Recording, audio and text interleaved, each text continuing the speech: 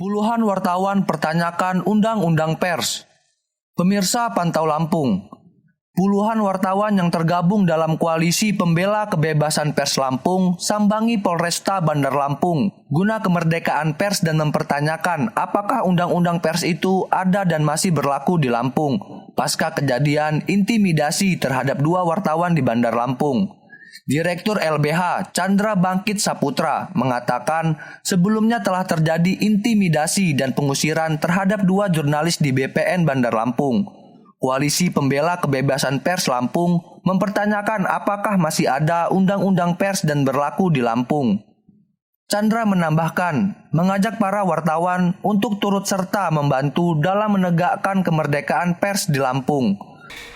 Kemerdekaan pers dipertanyakan lagi di Lampung gitu kan. Nah makanya kami dari Koalisi Kebebasan Pers Lampung mendorong agar ada penegakan hukum yang jelas, pasti dan berkeadilan untuk korban, dan juga bukan cuma untuk korban gitu kan, tapi untuk kawan-kawan semua yang merasa insan pers. Ini adalah momentum. Apakah benar Undang-Undang Pers itu ada dan apakah benar Undang-Undang Pers itu berlaku di Lampung? Lembaga yang tergabung dalam koalisi ini adalah Aliansi Jurnalis Independen Bandar Lampung, Ikatan Jurnalis Televisi Indonesia Pengurus Daerah Lampung, Pewarta Foto Indonesia Lampung, dan LBH Pers Lampung.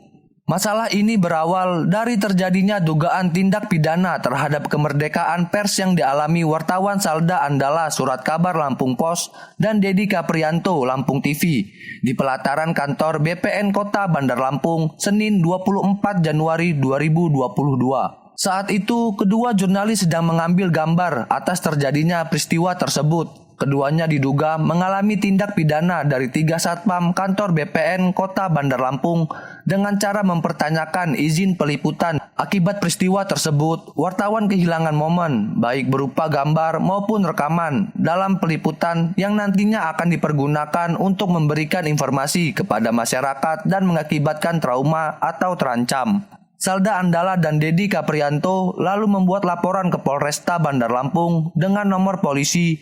LP-B-200-2022-SPKT-Polres Bandar Lampung-Polda Lampung tertanggal 25 Januari 2022. Berdasarkan uraian fakta ini, analisis yuridisnya pasal 18 ayat 1 Jo pasal 44 Undang-Undang Pers nomor 40 tahun 1999. Pasal tersebut menjadi dasar laporan dugaan tindak pidana.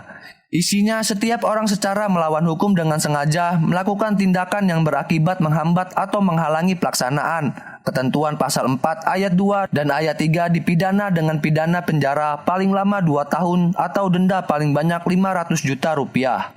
Koalisi juga mempertegas tentang ketentuan pasal 18 ayat 1 Jo pasal 4 adalah merupakan delik biasa, bukan delik aduan, sehingga terus dan tidaknya proses penyidikan tidak tergantung oleh pencabutan laporan dalam delik biasa. Siapa saja bisa melakukan pelaporan terjadinya tindak pidana, meskipun dalam hal ini korban atau pelapor mencabut laporan, perkara jalan terus.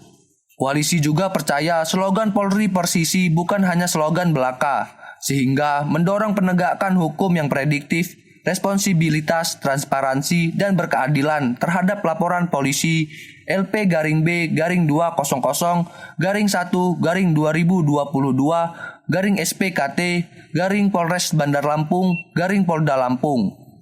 Oleh karena itu, koalisi mendorong Polresta Bandar Lampung untuk ikut berperan serta dalam hal memutus mata rantai kekerasan terhadap jurnalis dan ikut serta menyosialisasikan tentang kebebasan pers. Yakinlah bahwa kami pasti akan profesional. Ya, kami selalu berpegang teguh. Apapun tegakkanlah keadilan walaupun langit runtuh. Itulah fiat justisia buat helm. Dari Bandar Lampung, Tri Oktavian, Pantau Lampung melaporkan.